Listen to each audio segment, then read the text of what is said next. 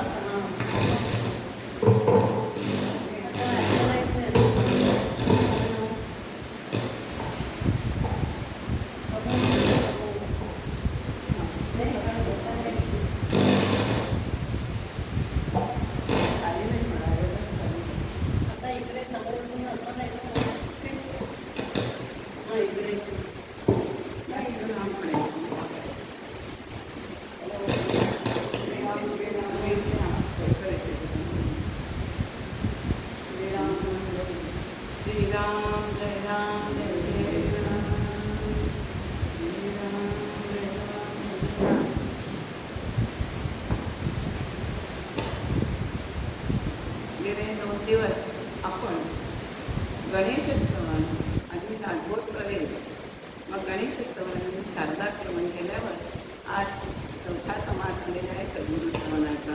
योग असा आहे की कालच सगळ्यांनी गुरुपौर्णिमा आपण साजरी केलेली आहे आणि आज आपण सद्गुरुत्सव करत आहोत. सद्गुरूंचं महिमान गाणार आहोत. हा अपूर्व योग आपल्याला या चातुर्मासात प्राप्त झालेला आहे.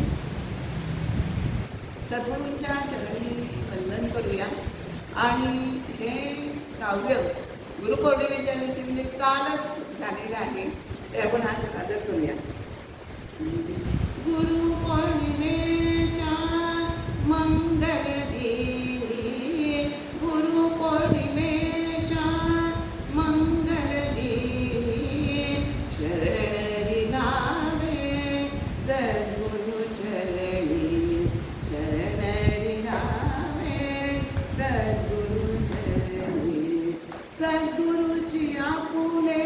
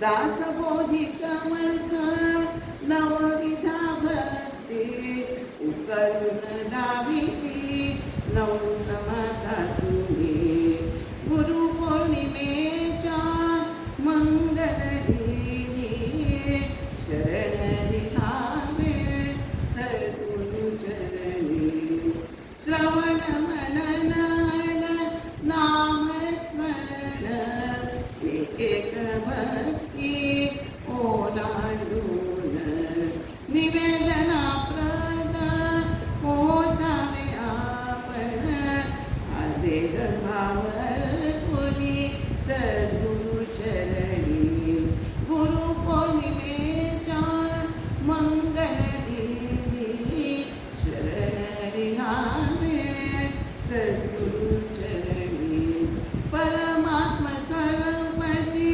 सद्गुरु असती परमात्मा स्वरूपाची सद्गुरु असती निष्ठा ठेवावी त्यांच्या वचनावरती निष्ठा ठेवावी त्यांच्या वचनावरती परमहित जीवाचे तेच जाणती परमहित जीवाचे तेच जाणती शिष्याने ती त्यांच्या सवे बोट धरुले शिष्याने ती त्यांच्या सवे बोट धरुले गुरुपौर्णिमेच्या मंगलदिनी शरण लिहावे सद्गुरु चरणी सद्गुरु शिष्य दोघे जण सद्गुरु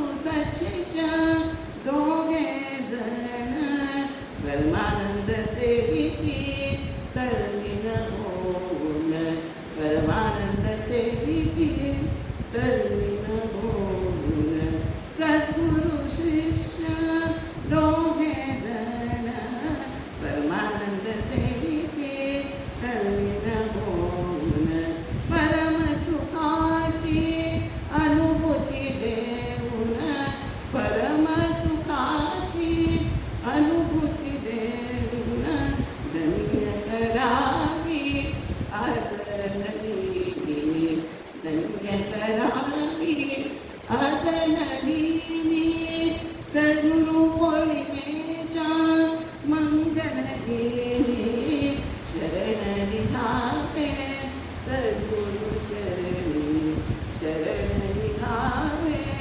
शरण लिहावे शरण लिहावे सद्गुरु चरणी सद्गुरु श्री ब्रह्मचैतन्य स्वामी महाराज श्री जय सद्गुरु श्री समर्थ रामदास स्वामी महाराज श्री जय राजाधिराज प्रभु रामचंद्र महाराज श्री जय ईश्वराच्या निश्चळ अंगाचे ज्ञानमय स्वरूप असणाऱ्या गणेशाचे आणि ईश्वराच्या चंचल अंगाचे म्हणजे शक्तिमय स्वरूप असणाऱ्या शारदेचे म्हणजे श्रवण झाल्यानंतर श्री समर्थ आता सद्गुरूंचे श्रवण करून सद्गुरूंना या समासातून वंदन करते या श्रवणाचे वैशिष्ट्य असे आहे की समर्थांनी येथे सद्गुरू म्हणून कोणी देहधारी व्यक्तीचे किंवा कोण्या व्यक्तीचे श्रवण केले नसून निर्गुण निराकार कल्पनातीत अनंत अशा परमात्म स्वरूपाचे वर्णन केले आहे श्रवण केले आहे म्हणूनच सद्गुरूंचे त्यांचे सद्गुरू असलेल्या श्रीरामांचा उल्लेख या समासात एकदाही आलेला नाही आहे सद्गुरू हे तत्व आहे सद्गुरू हे तत्व आहे व्यक्ती म्हटलं की तिला उत्पत्ती स्थिती आणि लय हे आहे परंतु सद्गुरू हे तत्व असल्यामुळे हे अविनाशी तत्व आहे त्यामुळे या निर्गुण निराकार परब्रह्माचे परमात्मा स्वरूप असलेल्या सद्गुरूंचे श्रवण समर्थांनी या समासात केलेले आपल्याला दिसून येते सद्गुरू हे ब्रह्मस्वरूप आहे त्यामुळे ब्रह्माचे वर्णन करणारा माया कशी जगावे माया आणि ब्रह्म हे हा विषय खूप मोठा आहे परमात्म्याची अद्भुत शक्तीची माया पण ही परब्रह्माच्या संकल्पातूनच उत्पन्न झालेली आहे त्यामुळे माया आणि तिथे परब्रह्म राहत करतच नाही. सगळ्या मायाचंच विस्तार आहे. आपण परवा बघितलं, माया करू शकत नाही. पण वर्णन करताना शब्दाचे मदत घ्यायला लागते. वर्णन कसं करणार शब्द, पण शब्द हे मायेच्या प्रांतातले आहे. त्यामुळे मायेचे शब्द हे त्या परमात्म्या स्वरूपापर्यंत पोहोचतच नाही आहे. त्यामुळे आपल्याला आज्ञामाला स्वरूप कसं करणार परमात्म्याचं, त्यासाठी समर्थ असे म्हणतात की स्वरूप आपल्याला आज्ञामाला कळत नाही, म्हणून त्याचं आपल्याला वर्णनच करता येते. जेथे श्रुती सुद्धा नेती न इति असं आपल्याला वर्णन करताना आढळते, तिथे आपल्या अज्ञानाची काय घडलं, आपल्या अज्ञानाची तिथे घडगतच लागत नाही. त्यामुळे न तत्र वाप गच्छती न तत्र मन गच्छती, हेच खरे आहे असे आपण एवढंच म्हणू शकतो. अशा या सद्गुरु स्वरूपाचा विचार आपल्याला कळत नसल्यामुळे सर्वत्र म्हणतात की मी सद्गुरु परमात्मा स्वरूपाला दुरूनच नमस्कार करतो. त्याच्यामध्ये शब्द असे नाहीये की मद न कळे हा विचार, दुरुनी माझा नमस्कार गुरुदेवा पहिलं पावली मज. गुरुनी असं समर्थाने का बरं म्हटलं असावं, तर गुरुनी म्हणजे असं म्हणण्याचं कारण असं आहे की समर्थ वास्तविक अद्वैतवादी आहे. त्यामुळे निर्गुण निराकार ब्रह्माच्या ठिकाणी तिथे जर आपण ऐक्य पावलो तर आपण वेगळेपणाने बोलणारच नाही ना. त्यामुळे मी दुरुनी म्हणजे द्वैतात जाऊन सद्गुरूंना वंदन करतो. याचा शाब्दिक अर्थ असा आहे की मी सद्गुरूंजवळ बसण्याची माझी लायकी नाही आहे, पात्रता नाही आहे. त्यामुळे मी अंतर ठेवूनच सद्गुरूंना नमस्कार करतो. पण माझा लक्षार्थ असा आहे की द्वैतात आलो तरच आपल्याला सद्गुरूंना प्रत्यक्ष नमस्कार करता येईल. अन्यथा एकरूप झाल्यावर आपण गुरु शिष्य हे वेगळे होऊ शकत नाही. म्हणून समर्थ म्हणतात की मी त्या परमात्मा स्वरूपाला दुरुनी नमस्कार करतो आहे. हा समर्थांच्या मनीचा भाव आहे. म्हणून समर्थ सद्गुरूंना असे प्रार्थना करतात की मला या मायेच्या कक्षेच्या पलीकडे न्या, अशी प्रार्थना सद्गुरूंना करतात. पुढे मायेचे साह्य घेऊन वर्णन करेल असं समर्थांना वाटलं, पण तुमचे नाव म्हणजे सद्गुरूंचे नाव काढतात की माया अतिशय लज्जायमान झाली, तर परमार्थ स्वरूपापुढे माया ही टिकूच शकत नाही. लज्जायमान झाली, ती मागे फिरली. मग आता काय करावं, मी कसं तुमचं स्तवन करावं, तर असं अनाकलनीय आहे. मला काहीच करता येत नाही, परमात्म्याचे आकलन होत नाही. म्हणून आपण काय करतो, देवाचं आकलन होण्यासाठी आपण घरी प्रतिमा करून आणतो, तीर्थक्षेत्री जातो आपण, पण त्याची पूजा विजा करायची सुद्धा आपण घरी पूजा होईल म्हणून मग तिथली प्रतिमा जे असते, फोटो म्हणा प्रतिमा म्हणा असं आपण घेऊ. म्हणजे ह्यालाच प्रतिमा पूजन असं चार देव सांगितले, त्यात प्रतिमा पूजन हा एक देवाचा प्रकार आहे पूजनाचा. तर प्रतिमा करतो. त्याचप्रमाणे सद्गुरू रूपाचे आकलन होत नाही, म्हणून त्याची प्रतिमा म्हणजे अनाकलनीय असल्यामुळे मायेची मदत घेऊन मी हे सद्गुरूंचं अनाकलनीय रूप मनी भाव ठेवून, जसा आपण मनात भाव ठेवतो तसा आपल्याला देव दिसतो. तर अशी सद्गुरू स्वरूपाची कल्पना समर्थांनी केलेली आहे आणि समर्थांचे असं ते सद्गुरूचं वर्णन करतात. हा सद्गुरू कसा आहे,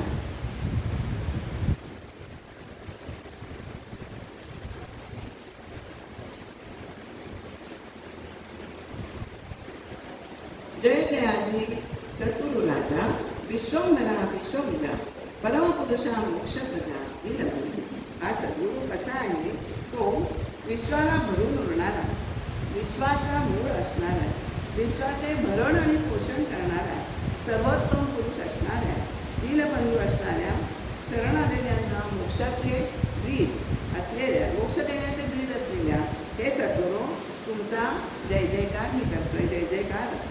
सद्गुरू हे वास्तविक परमात्मा स्वरूपच आहेत, सर्वश्रेष्ठ आहेत, अनुपम्य आहेत, अद्वय आहेत, साऱ्या विश्वात ते भरून उरलेले आहेत.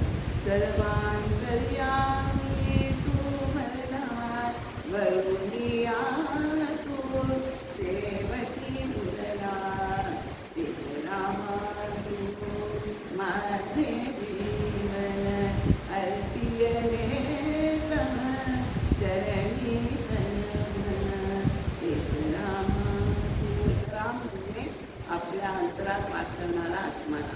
तो सर्वांतर्यामी भरलेला आहे, तरीचा तो नशामुळे उरला असं म्हणतात, तसं तो उरलेलाच आहे असेच त्यांच्याविषयी बोलले जाते.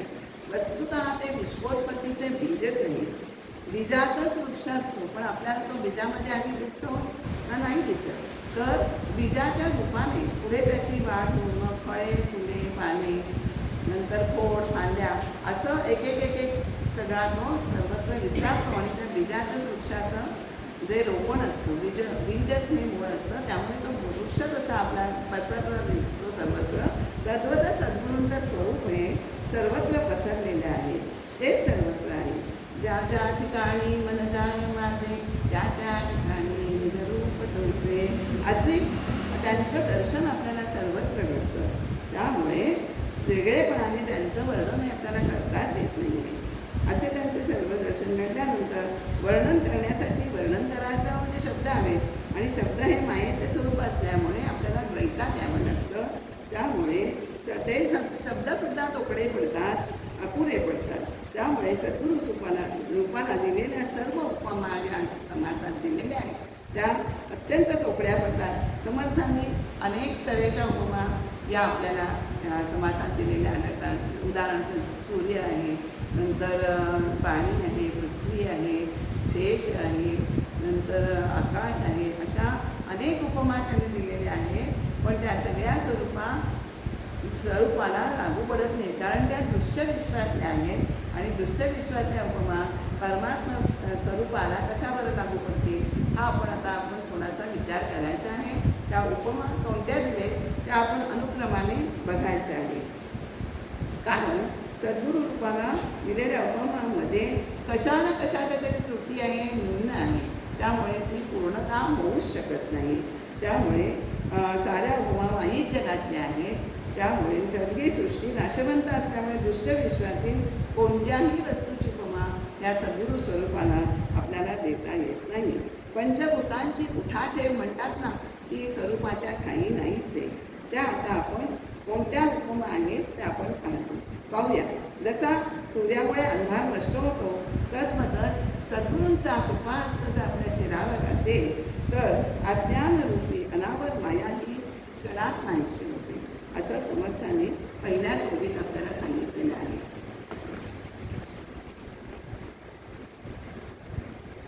आदित्य अंधकार निवारे नाही, तुझी येणी अभयंकरे अनावर माया हे ओसरे, तैसे सूर्यप्रकाश अंधारे पडून जाईल. सूर्यप्रकाश पडल्यानंतर अंधार आपोआप पडून जातो, निघून जातो, नाहीसा होतो. तद्वतच आपल्या सद्गुरूंचा आपल्या शिरावर जर राहत असेल तर आपली माया क्षणात सरून जाते, माया पटत नाहीसं होतं. तैसा नव्हे स्वामी राव आदित्य अंधार निवारे, आदित्याने अंधकार दूर होतो. प्रकाशाचा प्रकाश सगळीकडे सर्वत्र पसरल्यावर आणि सूर्य असेपर्यंत अंधार नाही, पण सूर्य अस्ताला गेल्यावर काय होतं, पुन्हा ब्रह्मांडात सगळीकडे अंधारच भरून जातो. पण तसा हा सद्गुरू राव नाही आहे.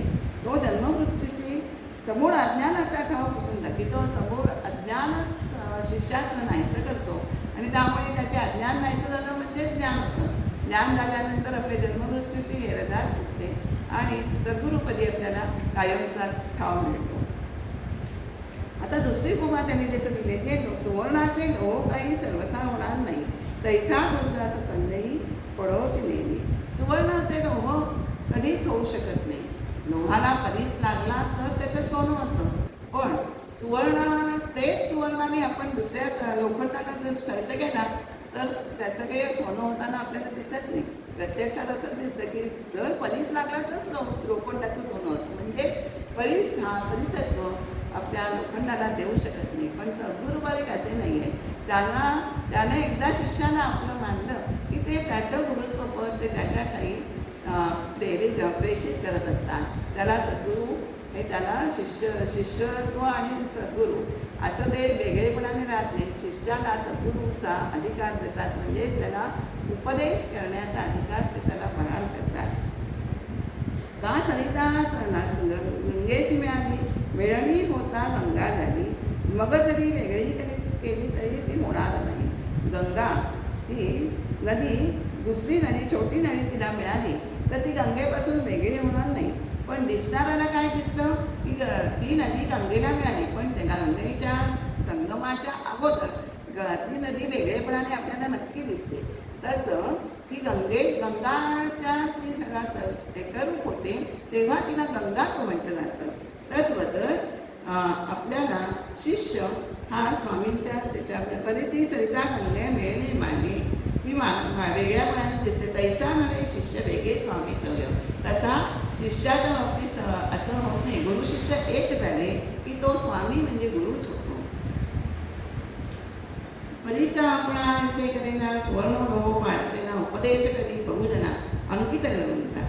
जो शिष्य सद्गुरूंचा अंकित आहे ना तो उपदेश करायला अधिकार प्राप्त होतो. अशा तऱ्हेने शिष्याचं गुरुत्व प्राप्त होय. सुवर्ण करता येते. आपण कसे बघितलं की परिसराच्या स्पर्शाने लोखंडाचं सोनं झालं पण तेच सोनं आपण लोखंडाला लावलं तर आपल्याला ते पुन्हा सोनं होत नाही. पण सद्गुरूंची म्हणून ही सद्गुरूंना परिसाची उपमा आपल्याला देता येत नाही. ती अशी उणीव येते ह्याच्यामध्ये. उपमे द्यावा सागर तरी तो अत्यंत ते शार मठवा म्हणून शिरसागर तरी तो नाचेल कल्पांती. आपल्याला सागराची उपमा द्यायची. सागर म्हणजे सागर गगन हे विशालतेच्या दृष्टीने सद्गुरूंना त्याची उपमा देतात. पण सागर हा वस्तुता कारक नाही का. पण सद्गुरू तसे आहेत का.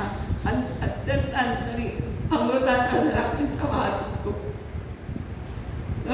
त्यांना खारटपणा त्यांच्या अंगी येणारच नाही. किंवा अगदी क्षीरसागर म्हटलं तरी तो कल्पांती नाशणारच आहे. मग याला उपमा आपल्याला सद्गुरूंना देता येईल का. कारण सद्गुरू हे शाश्वत आहेत आणि क्षीरसागर हा नाशणार आहे म्हणजे त्याचा कल्पांती नाश आहे. म्हणून सागराची आपल्याला उपमा देता येते. उपमे द्यावा जरी मेरू तरी तो जड पाषाणू ठेवू तैसा नव्हे की सद्गुरू कोमल दिनांचा. जर मेरू पर्वताची उपमा दिली हे पण हा मेरू पर्वत पण विशाल आहे पण तो काय आहे जड आहे आणि पाषाण आहे कठोर आहे. दगड कठीणपणा दगडाच्या काही असतो आपल्याला सगळ्यांना माहिती आहे. पण सद्गुरूंचं अंतःकरण मऊ मेळावून आम्ही विष्णुदास असं म्हणतात ना. मृदू स्वभाव रमणीत तैसे सज्जनांचे चित्त असं आपण म्हणतो. ते खरोखर सज्जनांचे चित्त हे अत्यंत लोण्याप्रमाणे मऊ असतं. त्यामुळे मेरू पर्वताची उपमा ही कठीण असल्यामुळे तिथे आपल्याला कुणी पडते सद्गुरूंच्या काही लागू पडत नाही. उपमो द्यावा उपमे म्हणो गणगण तरी गगना परिसते निर्गुण. त्या कारणे दृष्टांतहीन सद्गुरूस गगनाचा. गगनाची उपमा द्यायची म्हटलं तर गगन हे पंचभूतात मोडतं. पृथ्वी आग तेज वायू आकाश आपल्याला सगळ्यांना माहिती ही पंचमहाभूत आहे. आणि गगन हे पंचमहाभूतात मोडतं म्हणजेच ते मायेमध्ये येतं. आणि सद्गुरू हे मायेच्या बाहेर म्हणजे परमात्मा स्वरूपी शाश्वत आहे. त्यामुळे गगनाचाही दृष्टांत आपल्याला या सद्गुरूच्या चरणी देता येत नाही. तो अपुरा हीण दृष्टांत आहे. धीरपणे उपमो जगती तरी हे खचेल कल्पांती म्हणून धीरत्वाचं दृष्टांती हीन वसुंधरा. आता वसुंधरा ही काय होतं कल्पांती खचून जाते. तसे ते सद्गुरू खचणारे नाही आहे. ते काय म्हणतो अंतरात्मा ते प्रचंड त्यांचं बळ एकवटलेलं आहे त्यांच्या ठिकाणी. त्यामुळे वसुंधरेची ही उपमा आपल्याला तिथे उणी पडते ही ठरते. आता उपमा गवस्ती. पुन्हा गवस्तीचा संबंध आलेला आहे बरं का. दृष्टांत गवस्तीचा प्रकाश किती शास्त्रे मर्यादा बोलती सद्गुरू यामध्ये आले. शास्त्राने गवस्तीच्या प्रकाशाला मर्यादा घातलेली आहे. तशी सद्गुरूंच्या बुद्धीला किंवा ज्ञानालाही मर्यादाच नाही आहे. ते त्यांचं ज्ञान हे अमर्याद आहे. त्यांचं स्वरूप अमर्याद आहे. म्हणून एक उपमे पुन्हा दिनकर सद्गुरू ज्ञान प्रकाश थोर. आता उपमावा फणीवर तरी तोरी भार लागेल. म्हणून दिनकराची म्हणजे सूर्याची उपमा सद्गुरूंना देता येते. सद्गुरूंचा ज्ञान प्रकाश हा अत्यंत खूप प्रकाशमान आहे. ते सदैव दैदिप्यमान कांती म्हणतो. ते आतमध्ये अंतरंग असलेल्या तेजाचं ते बाहेरच्या त्यांच्या देहावरही त्यांचं ते दैदिप्यमान कांती आपण म्हणतो तशी सद्गुरूंची कांती आहे. ते तेजाची कांती आहे. तेज म्हणजेच सूर्याचं पण तेजच म्हणतो आपण ना. तर तेच त्यांच्या अंगावर विलसत असतं. म्हणून सूर्याची उपमाही आपल्याला इथे कमी पडते. आता फणीवर म्हटलं तर सहस्रशेषांचा फणीवर आता आपण म्हणतो. तो पण काय त्यांनी पृथ्वीचा भार डोक्यावर घेतलेला आहे म्हणजे तो भारवाही आहे असं म्हणतात. पण सद्गुरू एक भार घेतात शिष्याचा तो सर्वथा निभावणारे आहे. नुसता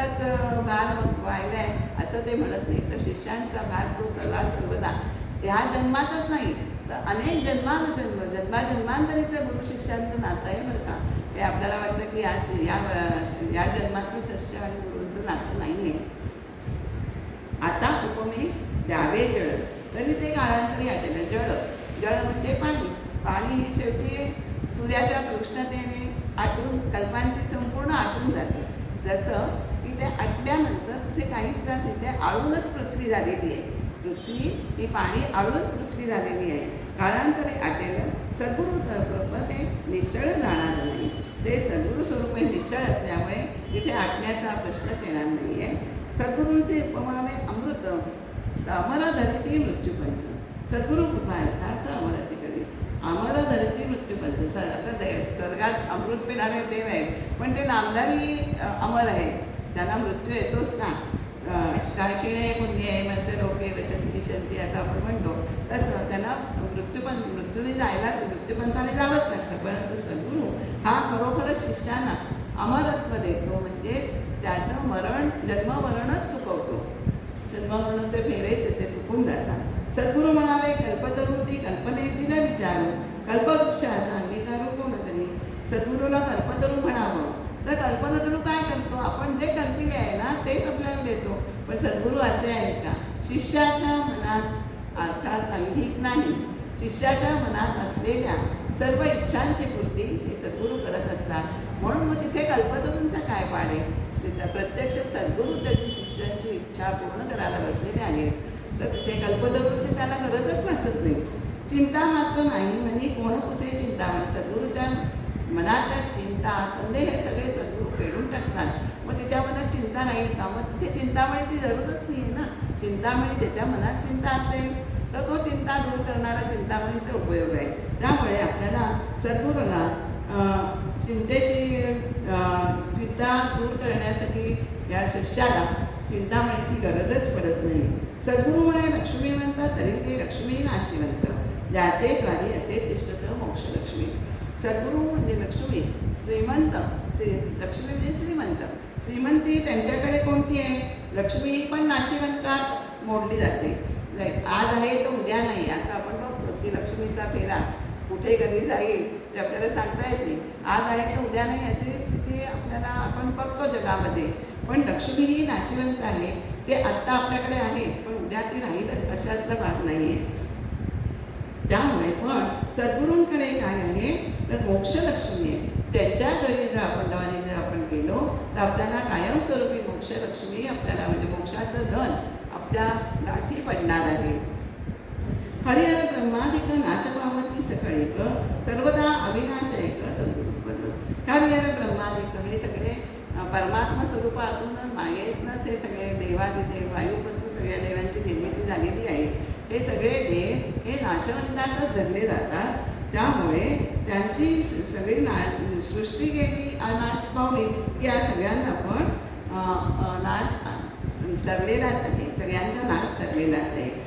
तयासी उपमा कैसी द्यावी नाशिवंत सृष्टी अवधी पंचभौतिक उठा ठेवी न चले तिथे. त्यामुळे अशा सद्गुरूला आपण काय उपमा द्यायची, या सगळ्या उपमा आपण आता एक करून बघितल्या त्या अत्यंत तोकड्या पडतात सद्गुरू स्वरूपाशी, कारण त्या माये नाशिवंत जगातील आहे. त्यामुळे या उपमा तोकड्या पडतायत, कारण सद्गुरू हे शाश्वत तत्व आहे. त्यामुळे तिथे या उपमा तुकड्या पडतात. म्हणूनच सद्गुरू वर्णवेना हे गे यांची माझी वर्णना अंतस्थिती याच्या पुन्हा अंतर्निष्ठ सांगते. म्हणून हे वर्णन करता येत नाही ना, हेच सद्गुरूंचं वर्णन आहे असं समर्थ ठामपणे सांगतायत बरं का.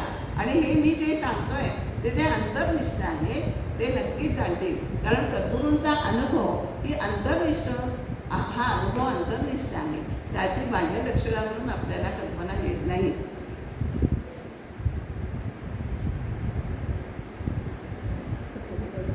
जसा सूर्यामुळे अंधार नसतो ना, सद्गुरू स्वरूपाचा अनुभव हे अति अवस्था आहे. त्यामुळे जे अंतर्यामी स्थिरावले आहे त्यांनाच या अवस्थेच्या गुणा काढतील.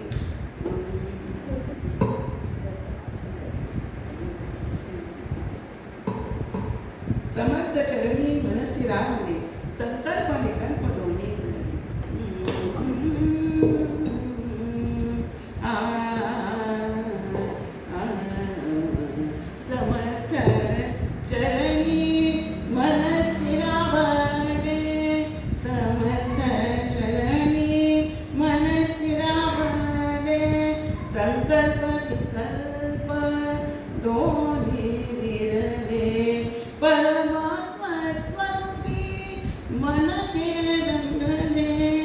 सामावून नलिने तव स्वरूपात, सामावून नलिने तव स्वरूपात. समर्थ चरणी मन स्थिरावणे ही अध्यात्मात ती फार मोठी महत्त्वाची गोष्ट आहे आणि ती आपल्याला दासबोधाच्या विवरणाने साधायची आहे. आता सद्गुरू लक्षण जो समास आहे, सद्गुरू गुरुपौर्णिमेचं औचित्य साधून आपण ही जरा स्तवन आहे ती बाजूला ठेवायची आहे आणि आपण सद्गुरूंचे लक्षण म्हणजे दशक 5व्यावर एकदा आपण उडी मारणार आहोत आणि मग पुन्हा आपण थोडं सद्गुरू लक्षण आणि सच्चिष्ट लक्षण झालं की आपण मग पुन्हा थोडी स्तवनं घेऊन मग पुढच्या वाटचाल करणार आहोत.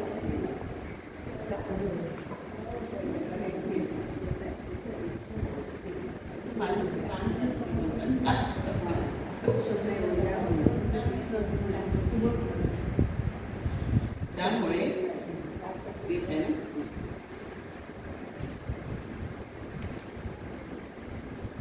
आता दशक एक स्तवन आपण थोडा काळ बाजूला ठेवून गुरुपौर्णिमेचं औचित्य साधून सद्गुरू लक्षणे आपण पाहू आणि नंतर सच्शिष्य घंटे पाहू. तर सच्शिष्य आणि सद्गुरू ही जोडी आपल्याला कायमस्वरूपी असतेच परमार्थामध्ये. गुरु शिष्य परंपरा हे ज्ञानाच्या अभ्यासाचे प्रधान अंग आहे. व्यावहारिक ज्ञान शिकण्यास त्या त्या क्षेत्रातील तज्ज्ञांकडे आपल्याला जावे लागते. तज्ज्ञ म्हणजे तेवढेच जाणारा तो तज्ज्ञ. उदाहरणार्थ वैद्यकीचा अभ्यास करायचा असेल तर आपल्याला वैज्ञानिक जावं लागतं. गायनाचा अभ्यास करायचा असेल तर नवयाकडे जावं लागतं. तसेच आत्मज्ञान प्राप्त होण्यासाठी आपल्याला आत्मज्ञानी पुरुषाकडे जावे लागते. इतर विद्या या दृश्य जगतातील असल्यामुळे आपल्याला हवी असलेली विद्या ही एखाद्याकडे आहे की नाही हे ओळखणे कठीण नसते. पण ब्रह्मविद्या ही अतिशय सूक्ष्म आहे, त्यामुळे गुह्यतम आहे, त्यामुळे ती कोणापाशी खरोखरच आहे हे ओळखणे कठीण असते. या कारणाने आपल्याला आढळतं की अध्यात्मामध्ये गुरुत्वामध्ये बरीच फसवाफसवी आढळून येते. म्हणून सद्गुरूंची लक्षणे सांगण्याअगोदर सद्गुरू कोण नाही हे सांगणे समर्थांना अतिशय गरजेचे वाटते आणि ते लक्षात घेऊन आपण सद्गुरू आपल्या अंतराशी सद्गुरूंची ओळख पटवू शकतो. ओळख पटण्या सद्गुरूंची समर्थ कथिती दक्षिणे तयांची तदनुसार सद्गुरूंची ओळख पटवू ती चित्तासी. हे त्यांनी आपल्याला मार्गदर्शन केलेले आहे, पण सद्गुरूची ओळख शेवटी आपल्या अंतरात त्या लक्षणावरूनच आपल्याला पटवायची आहे. काय करतो सद्गुरू? अज्ञानाची करुणी निवृत्ती भगवंताची जो घडली भक्ती उपदेशेतयांच्या संदेह पिटती उपदेशेतयांच्या संदेह पिटती लक्षणे या जाणार सद्गुरूंची लक्षणे या जाणार सद्गुरूंची. अशी लक्षणं समर्थांनी आपल्याला दशक 5 समास 2 मध्ये आपल्याला सांगितलेली आहे. तर सद्गुरू विण ज्ञान काही सर्वथा होणार नाही असे समर्थांचे स्पष्ट मत आहे. सद्गुरू हा महापुरुष असून त्याच्या अंगी दैवी संपत्ती विलसत असते. त्यांच्या बोलण्या चालण्यात नव्वद प्रेम हे काठोकाठ भरून वाहत असते बरं का. त्यांच्या अंगी कामक्रोधादी विकारांचा नवलेशही नसतो. सद्गुरूंच्या बाह्यरंगावरून त्यांना ओळखताच येत नाही, कारण ते सर्वसामान्यांसारखेच वागताना दिसतात. अर्थात कसं भोजनादी क्रिया सर्वसामान्य माणसांप्रमाणे तेही करतात, पण सामान्य माणसांचं भोजन करण्याच्या हेतूमध्ये आणि सद्गुरूंच्या भोजन करण्याच्या हेतूमध्ये खूप फरक आहे. म्हणजे हेतू वेगळा असल्यामुळे ते सद्गुरू झालेले आहे. भोजन म्हटलं तर आपण अगदी रस घेऊन चवीचे त्याचा आस्वाद घेऊन जेवत असतो. तर सद्गुरू काय यज्ञकर्म म्हणून अन्नसेवक असतात. उदरभरण हा त्यांचा हेतूच नसतो. देह दबवण्याकरता ते अन्न सेवन करत असतात. आपल्या सहवासात आलेल्यांची देहवृत्ती क्षीण करणे सद्गुरूंची काय कार्य आहे? तर आपल्या सहवासात आलेल्यांची देहवृत्ती क्षीण करणे, वासना क्षीण करणे, दुसऱ्यावर असलेलं प्रेम हे भगवंताकडे लावणे, भगवंताचे अनुसंधान ठेवायला शिकवणे हे सद्गुरूंचे खरे काम आहे. त्यांच्या सहवासाने आपल्या अंतःकरणात त्यांची अंतरात्मशक्ती उतरते. म्हणून सद्गुरू सहवास हा अत्यंत महत्त्वाचा सांगितलेला आहे. मग आपल्याला त्यांच्यासारखं इंद्रिय दमन साधू लागतं. कामक्रोधांवर विकारांवर मात करता येऊ लागते. दुसऱ्याबद्दल आसक्ती मनी उत्पन्न होऊन भगवंताची भक्ती अंतरात रुजू लागते, आवडू लागते. म्हणूनच संत संगती ही महत्त्वाची आहे. ही संत संगती सुद्धा आपल्याला 3 प्रकारे म्हणता येते. एक प्रत्यक्ष देहाने संगत, सत्संग ग्रंथ संवादाने संगत आणि त्यांनी दिलेल्या मंत्रांची संगत. ह्या तिन्ही संगती अत्यंत महत्त्वाच्या आहेत. प्रत्यक्ष देहाने संगत झाली तर सोन्याहून पिवळत जाईल. पण हल्लीच्या जगामध्ये सद्गुरू ओळखणं हेच मुळात कठीण आहे. मग सद्गुरू आहे की त्यांची संगत ओळखून तुम्ही लक्षणे या जाणार सद्गुरूंशी असं आपण म्हटलेलं आहे मगाशी गाण्यामध्ये. त्याप्रमाणे ती लक्षणं समर्थाने सांगितली आहेत ना, ती आपण पडताळून बघायची की हा सद्गुरू आहे. मग त्या ठिकाणी आपल्याला त्याची संगतच राहिलं की हे आपल्याला आपोआपच साधणार आहे. परमार्थाची आवड उत्पन्न होणार आहे. ते कशी उपासना करतात, त्यांची कशी भक्ती आहे, कसे निरूपण करतात हे आपल्याला सगळं संत सहवासातून म्हणजे संत संगतीतून प्रत्यक्ष असं कळू शकते आपल्याला. दुसरी संगत आहे त्यांनी दिलेल्या मंत्रांची. मंत्र सद्गुरूंनी दिलेला मंत्र हा अतिशय प्रभावशाली असतो. कारण त्याच्यामागे त्यांचं सामर्थ्य उपासनेचं सामर्थ्य त्यांनी म्हटलेलं असतं. त्या सद्गुरूने दिलेल्या मंत्राचा जप करणं आणि आपणहून मंत्राचा जप करणं या जमीन आसमानाचा फरक आहे. कारण आपण आपल्या मनाने करतोय, पण सद्गुरूंचं सामर्थ्य त्या मंत्रामध्ये एकवटलेलं असल्यामुळे तो मंत्र अतिशय अधिकच फलदायी असतो. दुसरं ग्रंथसंवास. सद्गुरूंचा ग्रंथसंवास म्हणजे त्यांची ग्रंथसंपदा ही आपल्याला त्याच्यातून आपल्याला त्यांचे हे विचार कळत असतात. विचारधन आपण परवाच बघितलं की विचारधन संतांचे विचारधन प्रगट होई त्यांच्या ग्रंथामधून, अज्ञानाचे होई निरसन. आणि ग्रंथपठणाची असं दाखवू शकता. हे अज्ञानाचं निरसन होण्यासाठी आपण हे ग्रंथ वाचायचे आहे, अभ्यासायचे आहे. अभ्यास केला तरच आपल्याला त्यातली गहनता ही कळून येते. म्हणून हे ग्रंथ आपण अभ्यास करून वाचायचे आहे. एखाद्याचं आपण परवा उदाहरण दिलं की आपण आईवडिलांचं पत्र कसं मन लावून वाचतो का, तसे हे ग्रंथ समर्थ सगळ्या संत सज्जनांनी आपल्यासाठीच दिलेले आहे. तर ते आपण पूर्ण सूक्ष्मतेने वाचायला हवे. त्यासाठीच आपण हा अभ्यास आता जे विद्यार्थी ते अभ्यास करून त्याच्यामध्ये उतरून त्याचं मनन करून आपण हे विवरण सारामरापुढे करतोय. आणि ते करणं हे गरजेचं आहे. आपण चालना म्हणतो की आपण परमार्थात काय केलं आहे, आपण अभ्यासात काय साधलं आहे. त्याने आपल्याला या चालना केल्यामुळे आपल्याला हे कळू शकतं की आपल्याला हे ग्रंथसंवासाने त्याचे ग्रंथपठणाने हे आपल्याला नक्की कळू शकतं की हे ग्रंथ अभ्यासणं अत्यंत गरजेचे आहे. आणि आपण त्याच्यातूनच बोध घेतो आणि बोधात जाऊन आपण त्या सद्गुरूंच्या जवळ सान्निध्यात राहिल्याचंच आपल्याला समाधान त्यांना मिळत जातं. आता या समासातल्या मुख्य लक्षण पहिली ओवी काय त्यांनी सांगितली. सद्गुरू लक्षणांच्या पहिल्या त्यांनी 1 ते 8 मध्ये ओवीमध्ये भौतिक गुरु म्हणजे आपण ऐहिक जीवनाचे गुरु असतात त्यांचा उल्लेख त्यांनी केलेला आहे. तो कसा आपण आता ते बघूया.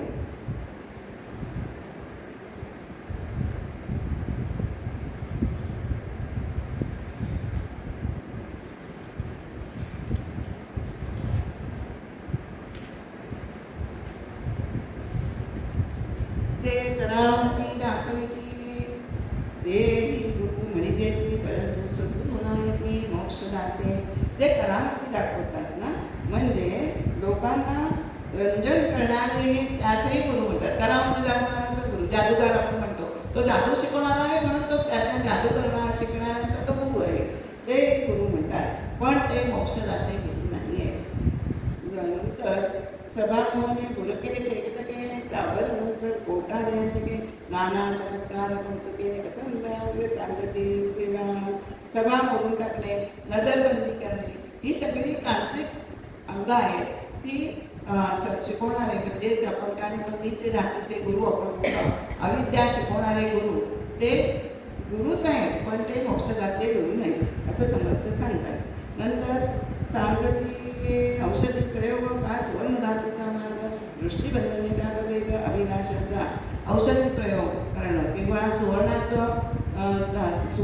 धातूचा मार्ग म्हणजे वनस्पतीपासून सुवर्ण करणे हाही एक विद्याच आहे. तर ते दृष्टीबंधन करायचं या सगळ्या अभिलाषा आहे. तसेच साहित्य, संगीत, रागज्ञान, गीत, नृत्य, तान मन, नाना कविती, नाना मध्ये कविती जन तेही एक गुरु श्रीराम. म्हणजे संगीत, शास्त्र, साहित्य ह्या सगळ्याचं तुम्हाला म्हणजे त्या त्या तज्ज्ञांकडनं शिक्षण घेतलं तर त्याच्यात नक्कीच आपल्याला सखोल ज्ञान मिळतं त्यांच्याकडनं. पण ते भौतिक गुरु आहे, मोक्षदाते गुरु नाही आहे. विद्यास कविती पंचाक्षरी ताडे तोडे नाना परी का पोट करे जयावृत्ती, ते विद्यास कविती. त्यांचा जो व्यापार असतो त्याचा तो शिकवणार, ती विद्या शिकवणारा तोही गुरुच असतो. नाना म्हणजे तो विद्या शिकवणारा असला तरी तो सद्गुरू नाही. जो यातीचा व्यापार पुढे उभे आधीच आहे. शिकवती भराव्या उदरती, पोट भरून विद्या शिकवणारे ते गुरुच. पण तरी गुरु परिसाचार सद्गुरू नव्हे, की सद्गुरू ते नाही आहे. मग हे सद्गुरू नाही कळल्यानंतर मग कोणते सद्गुरू आहेत? ते समर्थन यांनी सद्गुरू गुरु नाही, सद्गुरू नाही ते सांगितले मग गुरु कोण आहे असं समर्थाने सांगितले. आपली माता आणि पिता तेही गुरुची तत्वता परी पहिले पार पवित्रात्म सद्गुरू वेगळा. आई वडिलांना प्रथम गुरु आपण म्हणतो, वडील गायत्री मंत्र देतात किंवा गुरु संध्या गुंजीमध्ये आपले कुलगुरू त्याला गायत्री मंत्र देतात. तर तेही सुद्धा मोक्षदाते गुरु नाही आहे. ते आपल्याला भौतिक विद्या शिकवणारे, चालणे, बोलणे, उठणे, खाणे, पिणे कोणतीही गोष्ट ही मनुष्य जन्माला आल्यापासून शिकवल्याशिवाय त्याला करताच येत नाही. पूर्णांशाने तो ऐकून बघूनच शिकत असतो. शिकाविल्या आणि कळते ऐसे देखील ना ऐकले.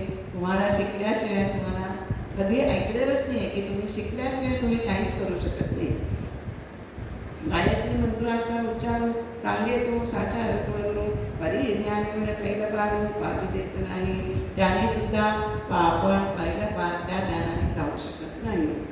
जो ब्रह्मज्ञानोपदेशी अज्ञानंदार निरसी विजवात्मया शिवात्मयासी ऐक्यता करी. आता सद्गुरू कोण हे समर्थ या अगदी स्पष्ट सांगत आहेत की जो ब्रह्मज्ञानाचा उपदेश करतो, नंतर अज्ञान अंधकार निरसतो, जीवात्मा आणि शिवात्म्याची भेट घडवून आणतो, ऐक्यता करतो म्हणजे भेट घडवून आणतो, तो खरा सद्गुरू आहे. आणि तो काय करतो की त्याला उपदेश करतो ब्रह्मज्ञानाचा. ब्रह्मज्ञान म्हणजे काय? ही आत्मविद्या आहे, गुह्य विद्या आहे. अहम ब्रह्मास्मी अयम आत्मा ब्रह्म ही वेदवाक्यांचा जो उपदेश आहे ते सद्गुरू त्याला देतात आणि त्याची अनुभूती हा शिष्य घेत असतो की त्याच्याप्रमाणे की मी खरोखरच ब्रह्म आहे. त्याला असं सद्गुरू आश्वस्त करत असतात, तू सद्गुरू आहेस, परमात्मा तत्व तुला जे वाटण्यात येते तूच आहेस. अयम आत्मा ब्रह्म ही अनुभूती शिष्याला सद्गुरूच्या कृपेशिवाय प्राप्त होत नाही. हे किंवा सत्य आहे. म्हणून सद्गुरू हा जीवनात असणं हे अत्यंत महत्त्वाचे आहे. आपण आता थोडंसं एक 2 मिनिटात करूया आणि झाली आपली वेळ 4:45 महिला आलेली आहे. तर बिघडे देव आणि भक्त जीवशिव द्वैतपणे द्वैत तयार भक्ता एकांत तो सखरी तो सद्गुरू. जीवाशिवाचे जगदी समाधी विठला प्रपंच तुटली उपाधी. ही जी जीवाशिवाची उपाधी आहे ना ते सद्गुरू तोडतात आणि जीवाशिवाचे ऐक्य हे घडवतो. तर सद्गुरू तोच पहिलं पाहिजे. आपले घालून पुढी बहुवत्सास कडाकडी केली देखील शीघ्र सोडी सद्गुरू जाणावा.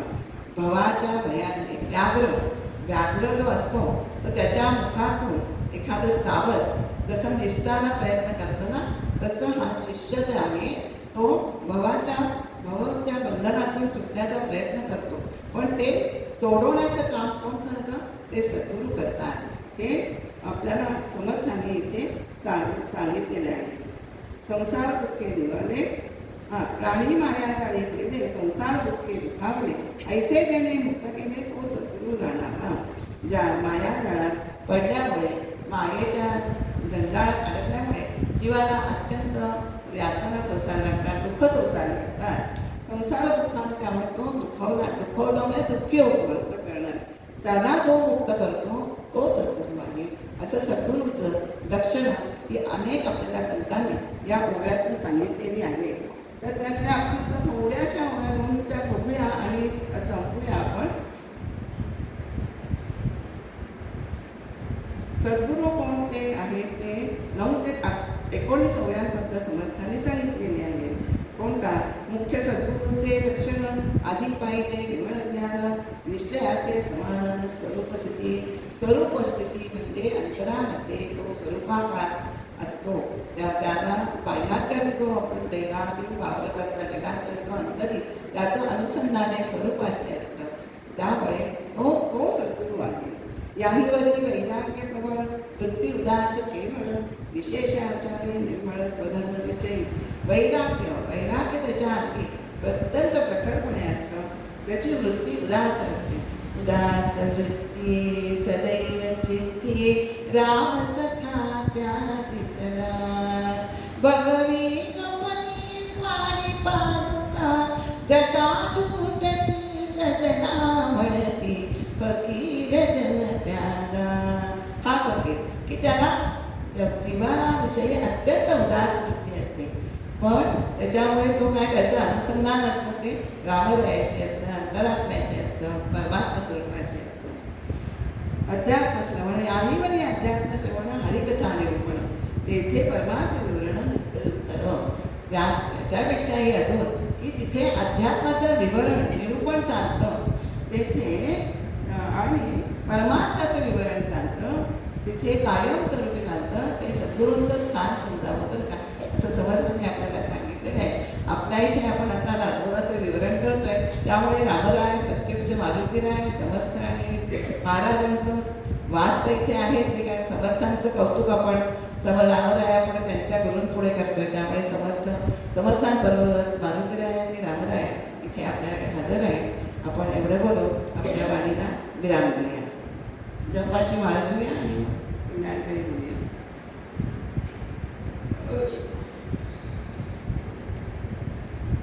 माळ माळ म्हणजे कुठे येते?